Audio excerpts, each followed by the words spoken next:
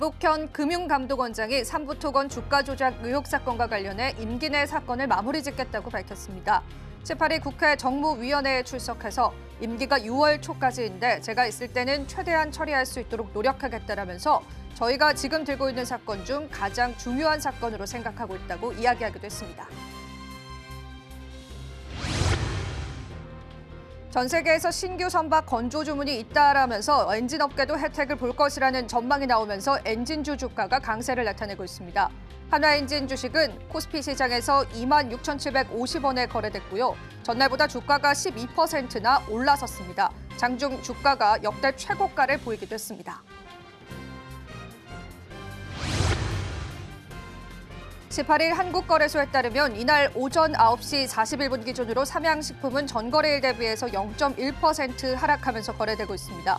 그러나 삼양식품은 장 초반 94만 9천 원까지 올라서 1년 내 최고가를 기록했습니다. 증권가에서는 삼양식품의 주가가 더 오를 것이라고 내다보고 있습니다.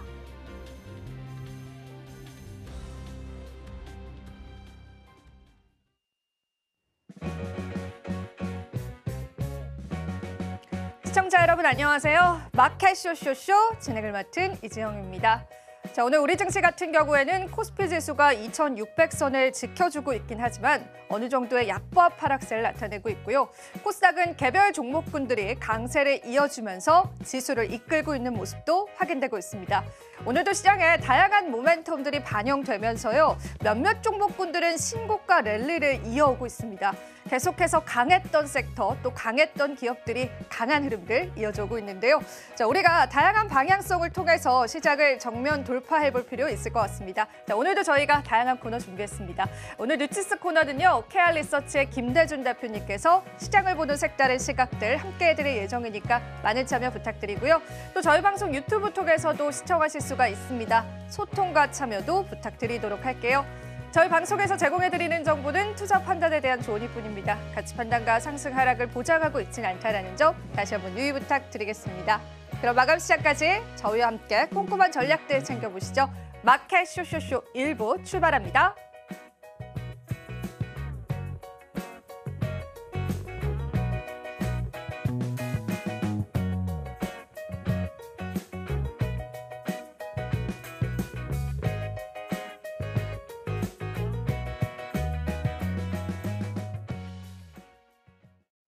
오늘 시장은 김대준 대표님께서 함께해 주십니다. 대표님 안녕하세요. 네, 안녕하십니까. 네, 저희 헤드라인 바로 한번 열어보고 또 오늘 시장 이야기 좀 나눠보겠습니다. 오늘 첫 번째 헤드라인 열어보도록 하겠습니다. 자, 일단 행동주의 펀드 달튼이 행동을 개시했다 이런 헤드라인인데요. 자, 오늘 또 저희가 이 헤드라인을 어떻게 전략적으로 풀어볼까요? 네, 이 기사를 보고 주총 시즌이 왔구나 이렇게 저는 생각을 했습니다. 네. 꼭 이맘때 M&A라든가 또 주주가치 제고에 대한 여러 가지 행동주의 펀드를 비롯해서 내용들이 기사화되는 내용을 우리가 간혹 보게 될 겁니다. 그러면 이런 행동주의 펀드이든 아니면 적대적 M&A든 시장에서 나오고 있는 내용을 기반으로 해서 앞으로의 주가가 어떻게 전개될지를 우리가 판단해보고 해당 종목에 대한 투자 관점으로 접근을 해야 되겠죠. 시장에서 M&A와 관련된 행동주의 펀드의 내용도 M&A와 유사한 형태로 이해를 하시면 될 겁니다. M&A와 관련된 내용으로 판단을 해볼 때 크게 네 가지 분류로 해석을 할 수 있습니다. 첫 번째는 고려 아연의 예에서 우리가 알 수 있겠죠. 시장에서 공개 매수를 통해서 M&A를 하겠다는 내용의 공개 매수 시도가 있습니다. 지금까지 제가 주시장에 한 25년 정도 있으면서 공개 매수를 통해서 적대적 M&A가 성공한 사례는 없었습니다. 아, 그런가요? 네네. 과거에도 현대 엘리베이터 같은 경우도 이러한 현상 내용이 있었지만 결국 실패했었고요. 이번 고려아연도 마찬가지 형태이죠. 하지만 주가의 상승률은 굉장히 세게 올라갑니다. 그래서 이러한 종목들은 해당 이슈가 발현됐을 때 올라타는 전략으로 접근을 해야 될 것이고 재료 가치가 소멸됐을 때 빨리 빠져나와야 되거든요. 첫 번째가 이 공개 매수를 통한 적대적 M&A와 관련된 내용으로 해석을 할 수 있을 것이고요. 두 번째 같은 경우는 지분 인수입니다. 특정 기업에 대해서 지분 인수를 통해서 회사를 인수하겠다라는 내용들이 있습니다. 최근에 TA항공에 대해서 대명소노가 인수를 했죠. 이때에는 발표되기 이전 단계에서 미리 선제적으로 주가가 움직입니다. 그래서 뉴스가 나왔을 때는 거의 고점 라인의 주가가 움직이는 형태의 모습들을 많이 보여요. 그래서 뉴스가 나오고 나서 해당 종목에 진입했을 때 늦습니다. 사전에 뉴스가 나오기 이전 단계에서 주가가 올라갈 때 이거 왜 올라갈지 소문에 우리가 사라는 얘기가 있듯이 소문이 시장에서 돌 때 이 종목은 들어가야 됩니다. 좀 어렵습니다. 세 번째 같은 경우는 합병이죠. 대한항공이 아시아나항공을 인수한다든가 이런 합병 관련 내용으로 주가가 움직이는 경우들이 있는데 합병 관련해서 주가가 움직이는 상황에서의 흐름들은 시간이 많이 걸립니다. 과거에도 대한항공 외에도 그 기업 간의 빅딜이 있었죠. 삼성그룹에서 하나그룹으로 주요 계열사를 넘기고 뭐 이런 형태로 진행이 되었던 롯데그룹으로도 넘기고 이런 현상으로서의 빅딜이 있었는데 이러한 경우에서의 주가 움직임은 굉장히 무디게 오랜 시간 걸쳐서 주가가 움직입니다. 하나오션도 마찬가지고 뭐 여러 가지 형태의 주가들이 시간차를 두고 움직이는 형태가 많이 나타나죠. 그리고 마지막으로 오늘 여러분께 소개해드릴 행동주의 펀드에 의한 주가 움직임의 상황입니다. 과거에도 행동주의 펀드에서 주가의 가치가 낮아 있는 기업에 대해서 5% 또는 3% 주식을 공개 매수하고 여기에 대해서 기업의 요구사항을 제시하는 경우들이 많이 있습니다. 퍼센테이지마다 장부를 열람할 수 있고요. 주총을 열 수 있게끔 제한할 수 있고 뭐 여러 가지 그 주주 지분율에 따라서 각각 다른 형태로 진행할 수 있습니다. 행동주의 펀드가 과거에 진행했던 종목을 따져보게 되면 현대차 같은 경우는 오래전에 그 행동주의 펀드가 저평가되어 있는 현대차에 대해서 회사의 주주가치 제고를 위해서 일정 부분 배당이랄든지 아니면 주가 부양과 관련된 내용의 회사가 정책적으로 진행하라는 내용의 메시지들을 많이 보여줬어요. 그러면 종합적으로 봐서 우리가 이제 이런 M&A든가 행동주의 펀드의 공개 매수를 통한 어떤 주주가치 재고에 대한 내용들에 대한 흐름들을 판단했을 때 과연 해당 기사가 나왔을 때의 주가의 대응을 어떻게 해야 될지를 우리가 판단해야 되겠죠. 최근에 앞서 우리 헤드라인 뉴스를 본 내용에서 콜마홀딩스에 대해서 얘기가 나왔지만 이 외에도 많죠. LS라든가 M&A와 관련되는 조금 거리가 있지만 CJ 같은 경우에도 이러한 내용으로 최근에 주가 움직이는 형태에서의 모습들을 보여줬는데요. 그렇다면 LS이든 콜마홀딩스이든 CJ 같은 종목들 최근에 여러 가지 그 지분율과 관계된 내용으로 주가가 움직이는 종목들에 대해서 뉴스가 생성이 되고 일정 흐름이 나타나고 난 뒤에 정체된 주가의 상황에서 과연 어떠한 대응으로 진행해야 될지를 판단해 보게 되면 저는 개인적으로 판단할 때 1차 상승이 나타나고 그리고 흔들림 과정에서의 주가 조정이 나타난 이후에 2차 상승이 있다라는 측면으로서 해석을 해볼 수 있을 것입니다. 그렇다면 행동주의 펀드와 M&A에 대한 부분에 뉴스가 나왔을 때 일단 지켜봅니다. LS도 마찬가지고 CJ도 마찬가지고 콜마홀딩스도 마찬가지지만 첫 번째 상승 흐름이 나타난 뒤에는 지켜본 이후에 조정을 받겠죠. 바로의 즉시로의 상승이 나타나지 않습니다. 고려 아연의 경우에도 마찬가지죠. 60만 원대에서 출발해서 한 80만 원 정도에서 한번 정체되는 흐름이 나타나고 200만 원까지 주가가 움직였거든요. 1차 상승이 나타나고 정체된 흐름에서의 모습이 나타날 때 이때 우리가 관심을 가져보는 형태로의 진행을 해 보신다라면 이런 뉴스와 관련된 내용으로서 주가 움직임을 예상을 해서 투자하는 측면에서 M&A와 관련된 내용으로서의 종목 접근은 1차 상승 이후에 한 3, 4일, 길게는 한 일주일 정도 조정을 받을 수 있습니다. 이러한 조정 시점에서 재상승을 노린 과정의 상황으로의 접근도 필요하다라고 해서 주총 시즌이 왔구나. 그래서 이러한 내용에서의 종목들이 이제 계속해서 아마 도출될 것으로 판단되고 있어요. 그래서 이번에 콜마홀딩스뿐만 아니고 최근에 나오고 있는 여러 종목들에 대한 주가 움직임을 판단해서 접근을 해보신다라고 한다면 첫 번째 상승 이후에 2, 3일 또는 3, 4일 길게 보더라도 주가 조정이 나타났을 때는 우리가 관심을 한번 가져보는 측면으로서의 접근이 필요한 기사이다라고 생각을 하고 있습니다. 네. 좋습니다. 저희가 사실 이런 뭐 경영권 분쟁 그리고 M&A 관련해서 시장의 움직임을 나타내는 그런 모습들이 많이 포착됐기 때문에 최근에는 개인 투자자분들도 이 M&A 관련해서 관심이 되게 많아지신 그렇죠. 것 같아요. 근데 콜마일링스 쪽 이야기를 해보자면 일단은 그 달튼 쪽에서 경영권 참여를 하겠다라는 그런 의사를 표명한 거잖아요. 네, 그렇죠. 달튼 쪽의 의도가 무엇일 것이라고 보세요, 어, 대표님?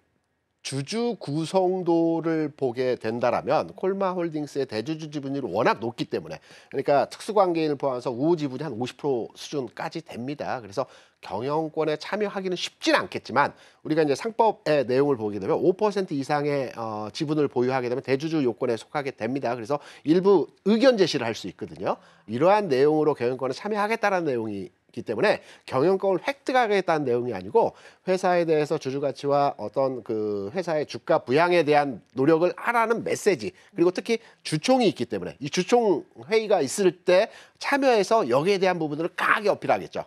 그렇게 된다라면 주가도 어느 정도 여기에 반응하는 또 회사 관계자들도 여기에 대해서 어느 정도 책임감을 가지고 주가 부양 의지를 보일 수 있다라는 측면에서 주가의 상승 가능성을 점쳐 볼 수 있는 내용으로서 해석해 볼 수 있는 상황이라고 볼 수 있습니다.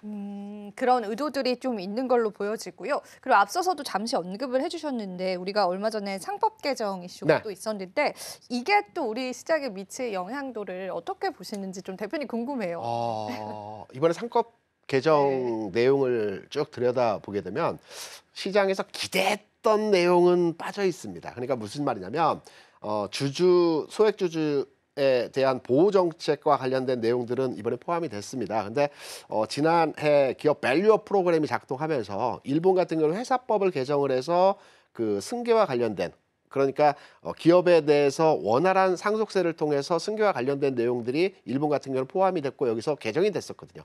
국내 같은 경우는 기존에 이 부분이 누락된 상태에서의 그 이번에 통과 여부를 확인돼야 되겠지만 통과가 됐기 때문에 이 부분이 주시장에 영향을 미칠 만한 내용은 그렇게 크지는 않다. 부분적으로 또 개정이 되고 개선이 되어 가겠죠. 그렇지만 이번에 통과된 내용은 시장 영향도 측면에서 볼 때는 아주 큰 흐름에서의 내용은 아닐 것이다라고 생각합니다. 사실 그렇게 크게 시장이 또 움직이지도 않았던 것 같습니다. 네네. 그래서 영향도는 좀 미비할 것이다라는 관점에서 보셔야 될 것 같습니다. 자, 첫 번째 헤드라인 저희가 이렇게 정리를 해보고요. 두 번째 헤드라인으로 바로 넘어가 보겠습니다. 자, 두 번째 헤드라인도 주총 관련해서 저희가 이야기 나눌 수 있을 것 같아요. 삼성 SDI가 이번에 주총을 통해서 뭐 이제 전고체 배터리 시설 투자에 관해서 설득을 하겠다 이런 이야기가 또 기사로 나오기도 하더라고요. 네, 전고체뿐만 아니라 여러 가지 행사도 있고요. 네. 특히 삼성 SDI 관련해서 우리가 판단한다면 유증이죠. 유중 때문에요. 네. 우리가 이제 통상 유상증자를 하게 되면 주주 가치 희석을 통해서 주가 하락한다라고 다들 알고 계십니다. 꼭 그런 것만은 아닙니다. 과거에 대한항공 같은 경우 유상증자를 통해서 발표가 된 이후에 주가 오히려 상승하는 흐름들도 많이 보여줬고요. 하나그룹 내에서도 유상증자를 했지만 어떤 시장에서 유상증자의 악재를 다 흡수하고 주가 상승하는 경우들도 있어요. 우리가 이제 기업이 유상증자할 때는 두 가지 포인트로서의 접근을 해야 될 겁니다. 첫 번째는 유상증자의 목적이 무엇이냐. 대부분의 유상증자의 목적을 이제 판단해 보면 두 가지로 나누어 볼 수 있습니다. 첫 번째는 경영 개선 노력을 위한 유상증자. 이거는 회사에 돈이 없다라는 겁니다. 이 해당 목적으로 유상증자를 하는 기업은 유상증자 발표 시점에서 주식을 매도해야 됩니다. 왜냐하면 회사에 유보된 자금이 없기 때문에 유상증자를 통해서 주주들에게 좀 도와달라라는 메시지라고 해석을 하시면 되기 때문에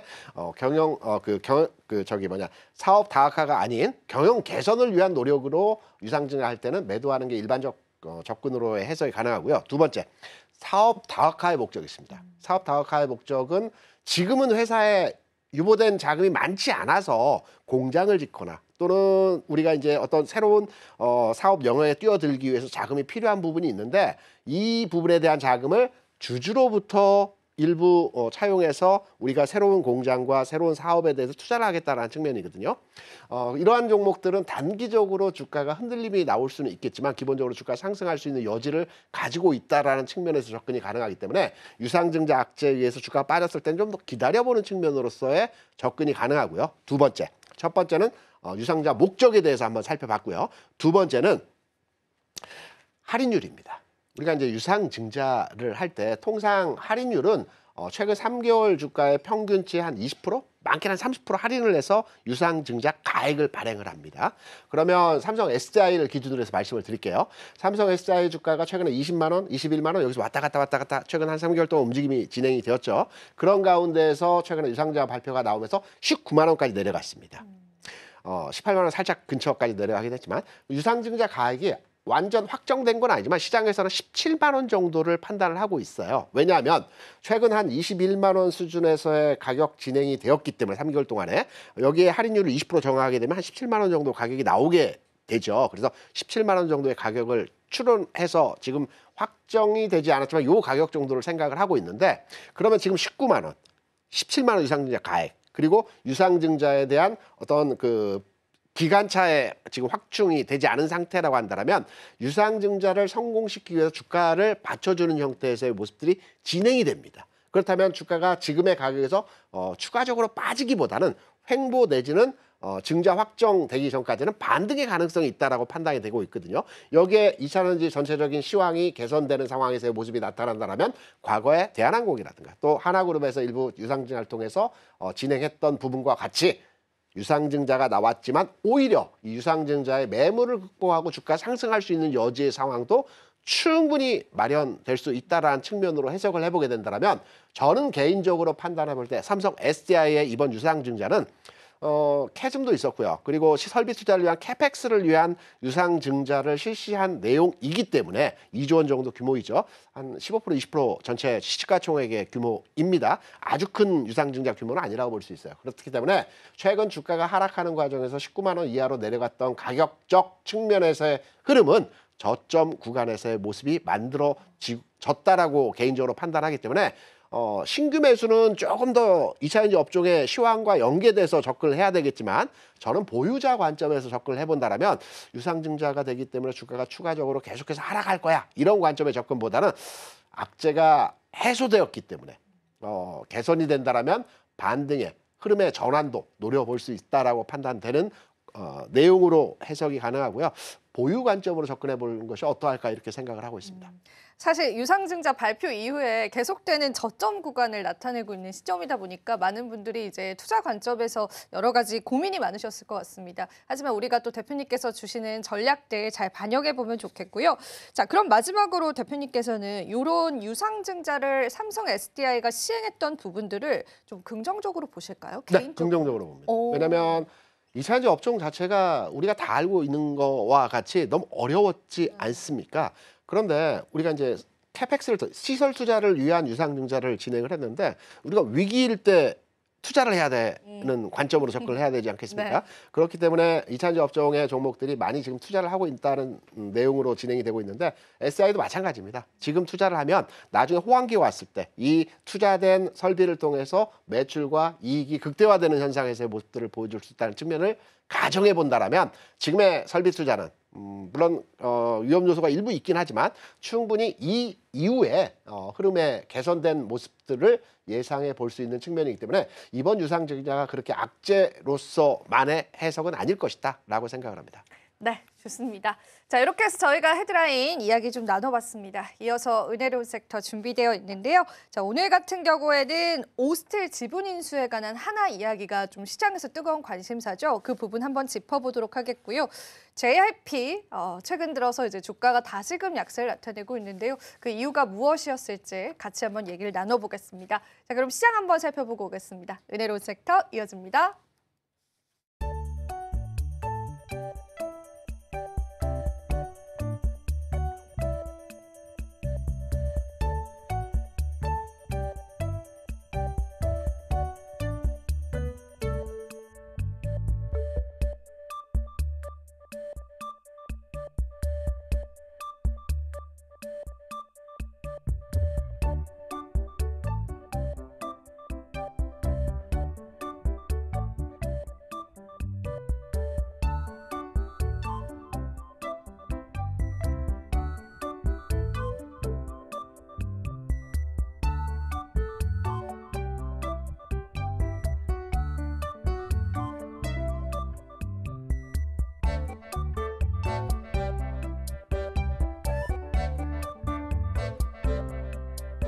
네, 은혜로운 섹터 장은희입니다. 오늘 한화 그룹주 동반 강세 보여주고 있는데 어떤 이슈였는지 자세하게 들어가 보도록 하겠습니다.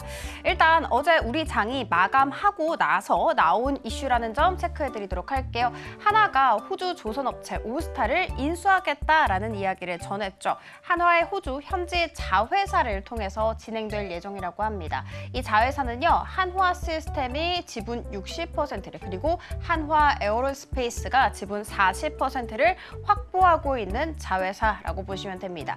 이 호주 자회사의 한화 시스템은 2천억 원가량을 그리고 한화 에어로스페이스 같은 경우에는 640억 원가량을 투입을 한 상황입니다. 그리고 이 호주 자회사인 쌓인 자금으로 오스탈 지분 19.9%를 매입을 해서 최대 주주가 되겠다라는 계획인 거죠. 자, 그러면 오스탈은 어떤 회사인지 이야기해 보도록 할게요. 호주에 본사를 두고 있는 회사이지만 미국 시장과 깊은 연관이 있습니다.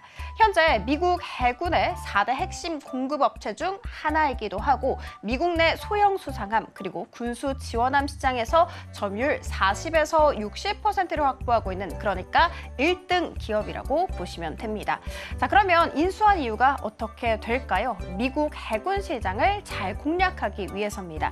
현재까지 그러니까 아직까지는 존스법 규제로 인해서 해외 조선소에서 자국 군함 그러니까 미국 군함을 직접 건조할 수가 없습니다. 물론 허용하는 법안이 발의가 됐습니다만 미국 의회를 통과할 수 있을지는 아직 미지수라고 보시면 돼요. 그래서 하나는 필리조선소와 오스타를 활용을 해서 미국 내 생산 기반을 확보해야겠다라는 전략을 가진 것이죠. 뿐만이 아니라 한화는 이 오스타의 경영에도 참여하기 위해서 이사회 한석을 확보하겠다는 계획도 밝히기도 했습니다. IM증권은 미국이 향후 30년간 111척을 국외 발주할 전망이라고 꺼내놨습니다. 연간 평균 발주액은 6조 6천억 원에서 8조 4천억 원가량으로 추정을 하고 있었고 그리고 IM증권에 따르면 대부분의 물량은 한국 차지가 될 가능성이 높다라고 이야기를 했습니다. 이 물량 중에서 한화가 차지할 물량은 얼마나 될지 상당히 기대가 되는 부분입니다. 자, 그리고 오늘 이 이슈에 직접적으로 관련이 있는 종목은 한화 시스템과 한화 에어로스페이스이죠. 그렇지만 함께 한화 오션도 넣어야 될 것 같습니다. 왜냐하면 한화 에어로스페이스가 보유할 오스탈 지분과 한화 오션 지분이 맞교환될 가능성이 높기 때문입니다. 자, 그러면 한화 오션은 오스탈 지분을 확보를 하게 되겠죠. 영향력도 행사를 할 수 있고요. 그리고 더 큰 시너지가 기대되는 상황입니다. 한화 시스템 같은 경우에는 오늘 장중한 때 9% 넘게 오름세를 보이면서 52주 신고가를 터치하는 모습 보이기도 했습니다. 두 번째 이슈 들어가 보도록 할게요. JYP입니다. 4분기 실적에 대해서 좀 증권사들의 반응이 좀 엇갈리고 있는데 자세하게 뜯어보도록 할게요. 일단 작년 4분기 매출은 2천억 원가량이었습니다. 전년 동기 대비해서 30%가량 성장을 했지만 4분기 영업이익은 369억 원으로 전년 동기 대비해서 3%가량 줄어들었습니다. 매출액이 좋았는데 영업이익이 줄어든 이유가 있겠죠. 크게 두 가지로 분류할 수 있습니다. MD 부분, 그러니까 굿즈 사업을 담당하는 자회사 블루게러지라는 곳이 있는데 여기에서 예상보다 저조한 실적을 냈다고 해요. 그리고 두 번째 이유는 오디션 프로그램인 더 딴따라에 이 제작비로 47억 원을 사용을 했거든요. 이 47억 원이 또 반영되면서 수익성이 악화됐기 때문입니다. 자, 이 실적을 확인한 증권사들 서로 다른 평가를 하고 있었어요. 일단 11개 증권사에서 모두 다 투자 의견을 매수로 제시를 하고 있었습니다만 목표 주가를 상향한 곳은 2곳, 유지한 곳은 5곳, 하향 조정한 곳은 4곳이었습니다. 이 상향 조정한 증권사 중에서 NH투자증권 같은 경우에는 9만 원에서 9만 5천 원으로 올려잡았고요. 하향 조정한 증권사 중에서 삼성증권 같은 경우에는 9만 2천 원에서 8만 7천 원으로 내려잡았다라는 거 체크해드리면서 상향 조정 배경부터 이야기해 보도록 할게요. 스트레이키즈 월드 투어를 긍정적이라고 평가하고 있습니다. 북미, 남미 투어 성과가 2분기에서 3분기 정도의 실적 반영될 예정인데 여기에 여기에 대해서도 기대가 큰 상황이라고 이야기를 하고 있었고 그리고 강달러에 따른 높은 환율 효과도 기대된다라고 코멘트했습니다. 자, 그러면 하향 조정 배경도 살펴봐야겠죠. 앞서 살펴드렸던 것처럼 4분기 실적과 MD 부문 수익성이 부진한 이유를 꼽고 있었습니다. 디테일하게는 앞서 말씀드린 그 블루게러지가 연간 매출 907억 원, 영업이익 31억 원을 기록했는데 이 말은즉슨 영업이익률이 겨우 3.4%에 불과하다라는 부분입니다. 그래서 모든 증권사들이 이 부분이 다 아쉽다라고 평가를 하고 있었어요. 그리고 JYP 수익성 회복되기 전까지는 주가가 조정받을 것으로 예상된다라고 하향 조정의 배경을 밝혔습니다.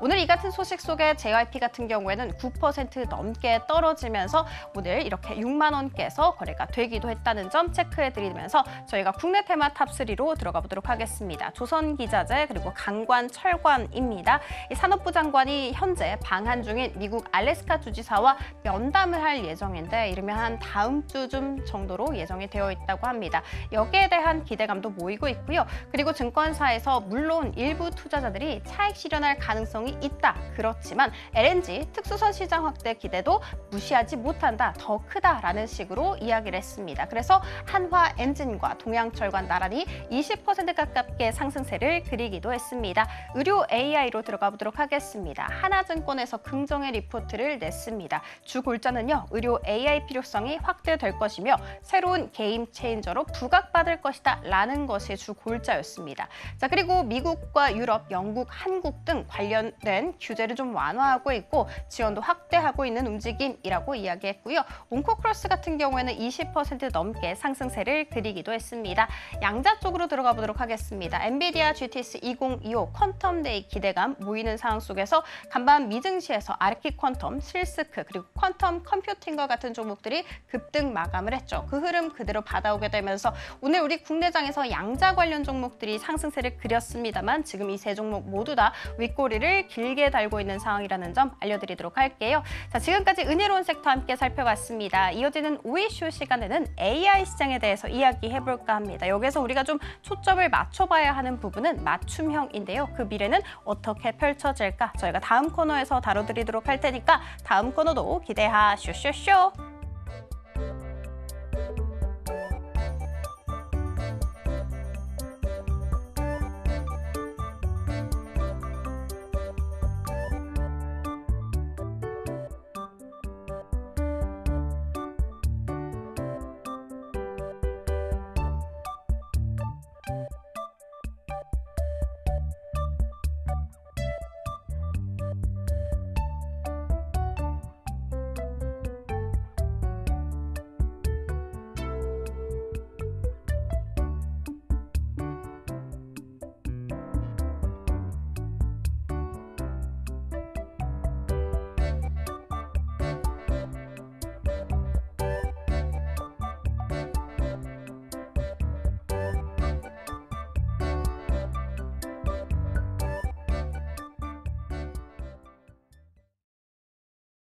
은혜로운 섹터 살펴보고 오셨습니다. 대표님과 시장 이야기 나눠보겠습니다. 오늘 시장 한 줄 평으로는 어떻게 표현해 주실지 기대가 됩니다, 대표님. 오늘 고점 대비해서 오늘 지수가 좀 밀리고 있죠. 네. 지수가 밀리고는 있지만 저는 이 시장을 판단할 때 2보 전진을 위해서 오늘 장 밀리는 것은 1보 후퇴라고 생각을 하고 있습니다. 정말 말처럼 이루어졌으면 좋겠습니다, 대표님. 자, 그래도 저희가 오늘 또 오이슈를 열어보면서 계속 또 연결된 이야기를 좀 나눠볼게요. 앞서도 이제 저희가 언급해 드렸었는데요. 오늘의 이슈 바로 열어보겠습니다. 아무래도 지금 시장에 빅 이벤트가 있긴 합니다. 그래서 이제 그 관련해서 좀 오늘 선정해 주신 것 같은데요. 네네. 어떻게 좀 풀어볼까요? 돌고 돌고 돌아서 다시 AI가 관심을 받아주는 시장의 모습이 이번 주 상황에서 전개될 가능성이 있다라고 생각을 합니다. GTC 2025가 관련해서 끌어준다라고 보여지시는 건가요? 그 부분도 일부 영향도를 줄 수 있는 내용이긴 하지만 저는 미국 시장과 연계된 흐름 내에서의 국내 AI 종목들의 움직임이 이번 주 시장 상황 하에서 움직일 수 있다는 내용이거든요. 최근에 디커플링화 현상이 굉장히 심하죠. 미국 시장은 최근에 고점 대비해서 15% 이상 하락하고 일부 언론에서 나온 내용을 보면 최근 3주 동안에 7,300조가 날아갔다라고 많이 얘기를 하는데 미국 시장이 반등 줄 수 있는 흐름이 전환이 될 수 있는 시점이 왔습니다. 최근 한 2, 3년 동안에서 미국과 우리나라 또는 미국과 유럽, 미국과 중국과의 어떤 흐름의 디커플링화 현상을 보여줬던 적이 한 3, 4번 정도 있었거든요.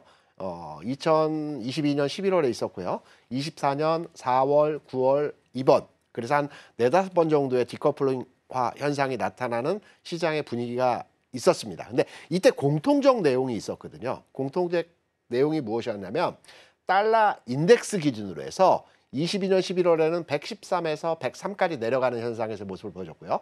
24년 4월에는 뭐 106에서 102 정도까지 내려갔고 24년 9월에는 뭐 104에서 100까지 내려갔었고 이번에도 110에서 103까지 내려왔죠. 공통적으로 달러 인덱스 기준에서 100 수준에서는 저점이 지켜주는 형태에서의 모습을 보여줬고 100 수준에서 저점이 지켜준 이후에 미국 시장에 반등 흐름이 나타났다라는 결론점으로의 흐름들을 우리가 기존의 시장의 움직임을 통해서 읽어볼 수 있는 내용입니다. 그러면 전체적으로 지금 현재 달러 인덱스 수준에서의 상황은 103 수준이거든요. 그럼 거의 저점 구분에 올라왔습니다. 그러면 미국 시장이 반등 줄 수 있는 구간에 들어왔다라고 보고 있죠. 그럼 미국 시장이 반등을 때 어떠한 종목이 올라갈까요?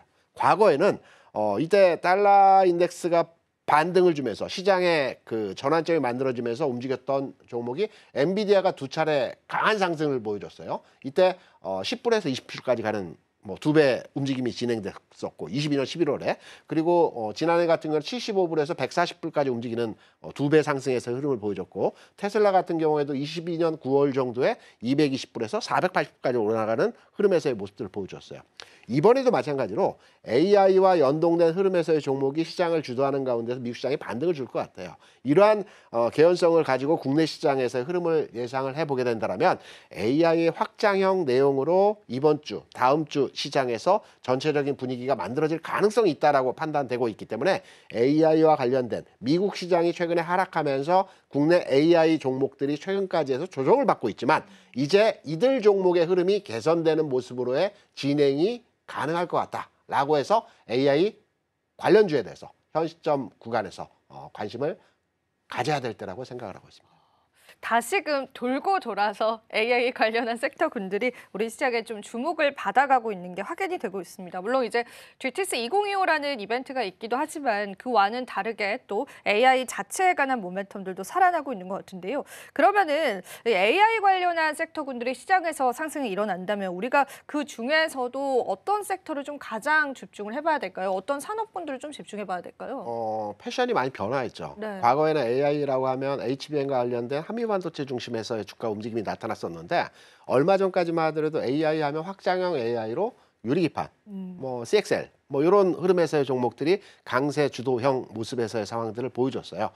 그런데 저는 AI 흐름에서의 뭐 CXL도 좋고 유리기판도 충분히 오늘 장 조정받고 있지만 충분히 상승할 여지가 있다라고 판단하지만 AI 솔루션이나 컨텐츠나 AI와 관련된 소프트웨어 관련된 종목들의 흐름들이 이번 시장에서 움직임이 좀 더 개선화된 움직임에서의 모습을 보여줄 가능성이 있다라고 보고 있어요.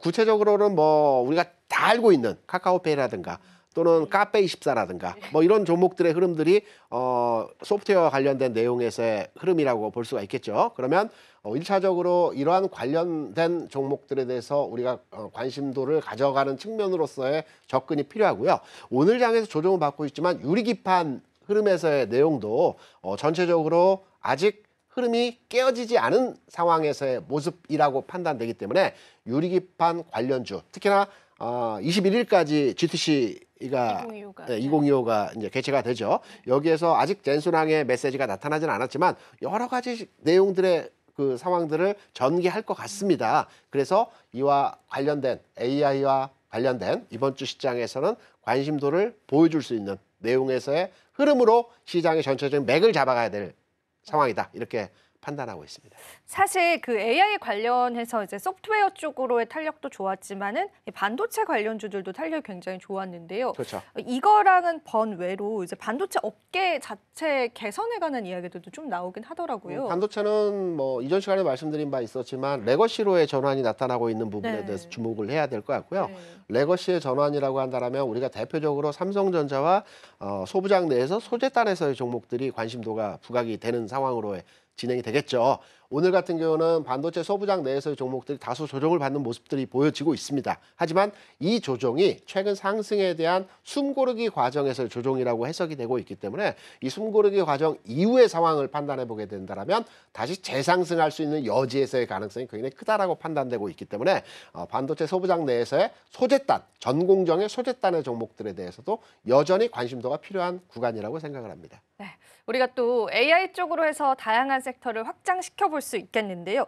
일단 지금까지 대표님께서 해주신 이야기를 좀 들어보면은 제가 사실 가장 이 이제 이슈를 이야기하면서 질문을 드리고 싶었던 건 네네.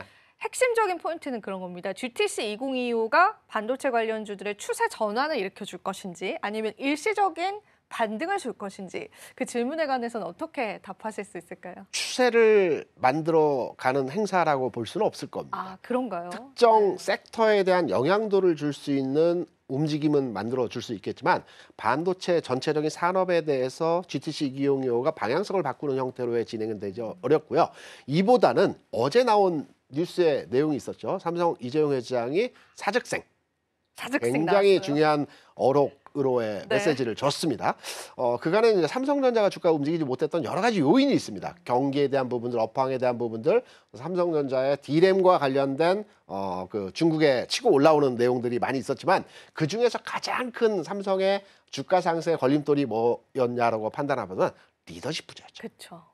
그런데 어제 강한 메시지를 보여주면서 사직생의 마음으로 이제 우리가 대응을 해야 된다라는 말씀을 하셨기 때문에 저는 이 부분에 대해서 굉장히 크게 삼성그룹, 삼성전자, 반도체에 대해서 긍정적으로 바라보는 뷰로에 전향을 했습니다. 그래서 이러한 리더십과 관련된 내용이 이제 바뀌고 있다라는 측면에서 이 부분이 반도체 전체적인 흐름이 개선될 수 있는 내용으로 또 우리가 판단할 수 있는 어떤 메시지라고 해석할 수 있기 때문에 GTC 2025가 일시적인 섹터에 대한 영향도를 줄 수 있겠지만 이게 이제 반도체 산업을 끌고 갈 수 있는 내용은 아니고요.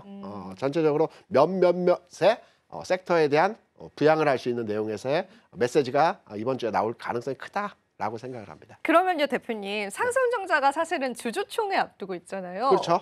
이때 반도체 부문에 있는 사내 이사 선임 안건을 좀 처리한다라고 하는데 주총 이후의 삼성전자의 흐름은 어떻게 좀 보세요? 삼성전자가 주총 전후로 해서 주가가 움직인 적이 굉장히 많아요. 아, 그렇군요. 이전에도 네. 재작년에 아마 주총 전후로 해서 주가가 8만 원 수준까지 5만 원대에서 8만 원 수준까지 올라간 적이 있었고요. 지난해 같은 경우 주총 전후로 해서도 주가 일부 상승 흐름이 진행되었던 부분을 우리가 읽어볼 수 있을 겁니다. 이번에도 뭐 리더십과 관련된 내용에서의 메시지들을 보여줬고 리더십에 대한 메시지를 보여줬다라면 이제 행동으로 보여줘야겠죠. 왜냐하면 아까 리더십 부분이 삼성전자의 걸림돌이었다라는 부분이 큰 내용이었고 또 일부 시장에서 돌고 있는 얘기는 삼성전자 핵심 부서의 부서장들이 기존에 이제 엔지니어 출신이 아니고 관리 부서의 직원들이 그 임원들이 많았다라는 내용들도 있었기 때문에 이 부분에 대한 과감한 혁신이 동반된다라고 한다라면 우리가 삼성전자를 바라보는 눈이 달라질 겁니다.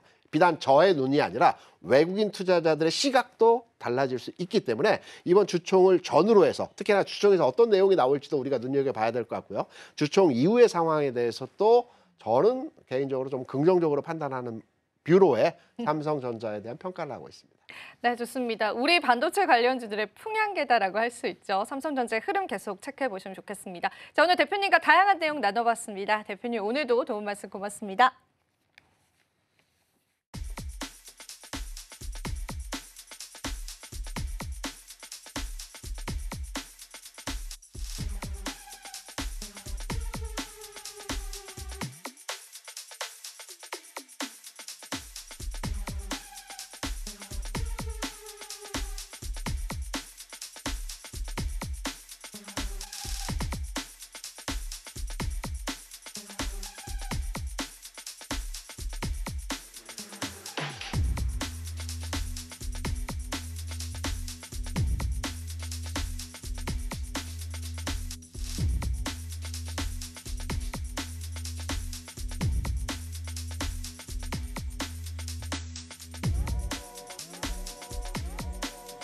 마켓 쇼쇼쇼 이지영의 넥스트 마켓으로 다시 한번 인사드립니다.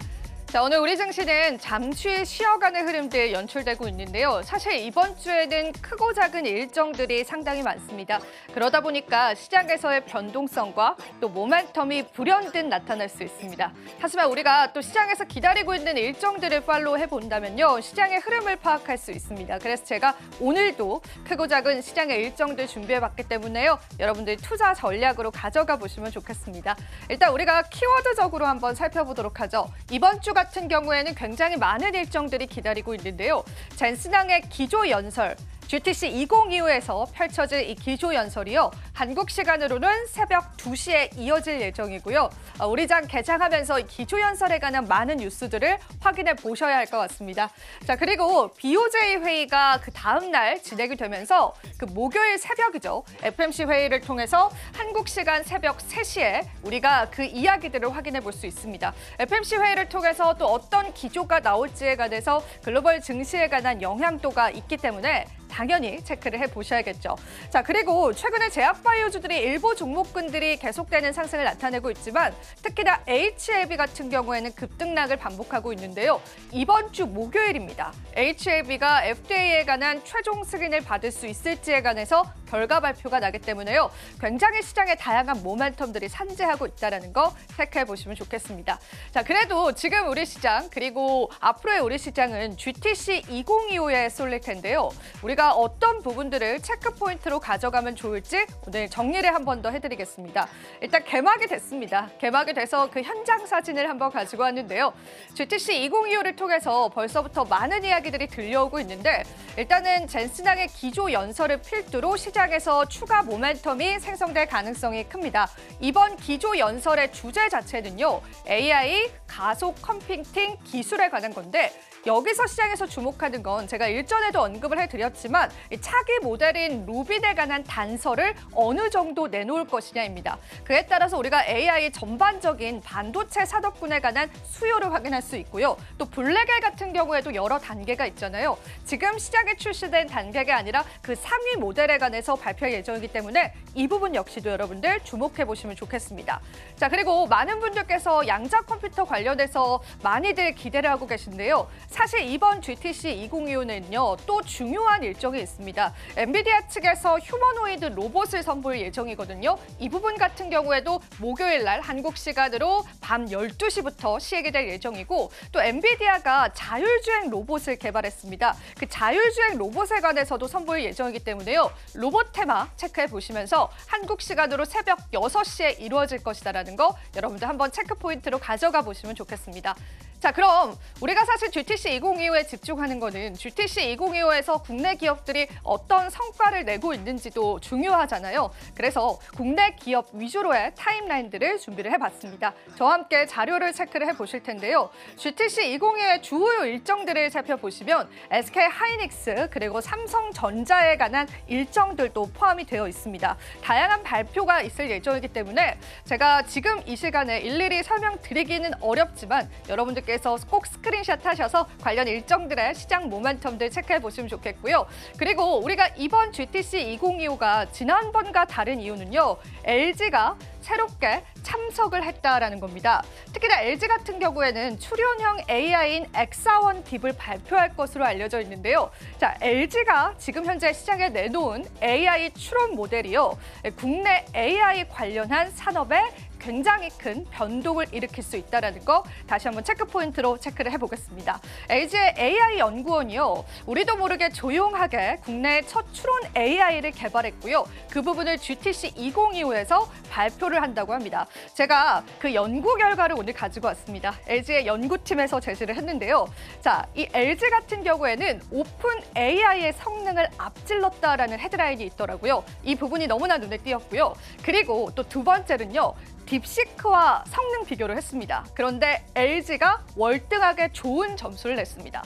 특히나 2025년도 수학 능력 시험 관련한 수학 문제를 딥시크와 또 LG의 고사양 모델이 풀도록 했는데요. LG가 94.5점을 기록했고요. 딥시크가 89.9점을 기록을 했습니다. 그뿐만이 아니라 다양한 수학 문제 그리고 교수진들이 풀 수 있는 추론 문제들을 대입을 해봤을 때 딥시크 대비해서 월등한 성과를 냈다라는 게 LG 연구원이 발표한 자료였습니다. 그래서 관련해서 GTC 2025에서 제대로 선보이겠다라는 포부를 내놓은 만큼요. 우리 AI에 관련한 추론 모델에 어찌 보면은 선구주자가 될 수 있다라는 게 LG 측의 설명이기도 하고요. 또 앞서 보여드린 이 헤드라인에서 오픈 AI를 앞질렀다라는 건요.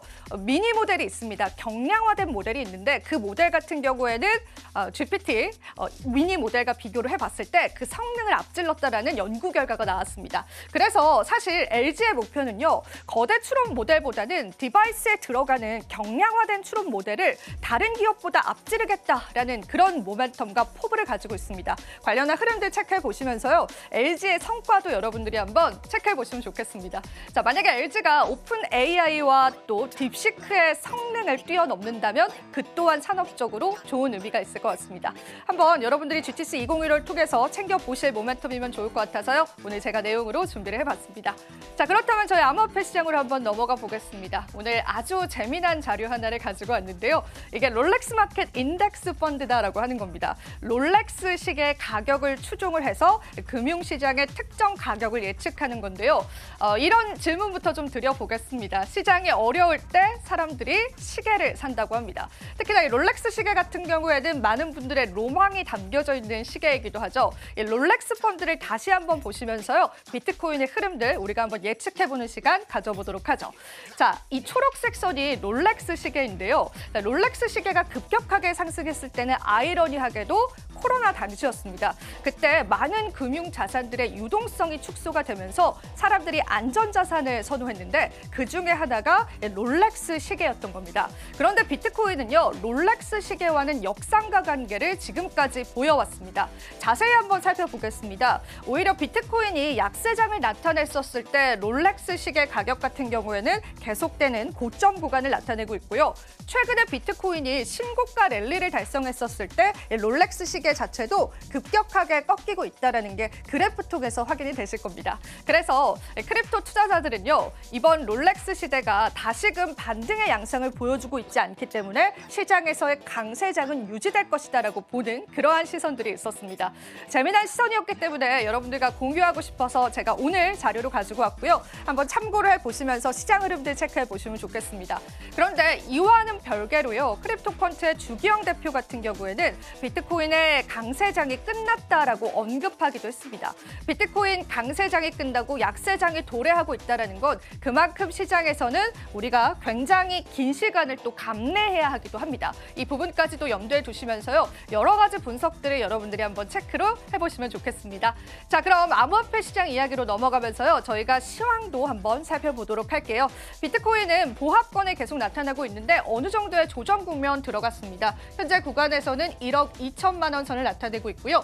이더리움은 약보합 상승 현재 나타내주고 있죠. 276만 원 선을 한국 시간 기준으로 나타내고 있습니다. 자, 그리고 XRP도 보겠습니다. XRP 같은 경우에는 최근에 어느 정도의 낙폭이 조금 더 컸습니다. 최근에 SEC에서 전략 비축 자산으로 XRP를 포함시키겠다라는 그런 소식이 들려오기도 했었는데요. XRP 리플 같은 경우에는 2%의 하락세를 나타냈습니다. 자, 지금 밈코인 쪽으로 가는 기나긴 약세장 이야기가 좀 나오고 있는데요. 밈코인이 하락하면 코로나 코인 역시도 영향을 받아가는 모습이죠. 현재 코로나도 3% 그리고 솔라나 3%까지 하락하면서 현재 구간에서는요. 계속되는 약세 나타나고 있다고 보시면 되겠습니다.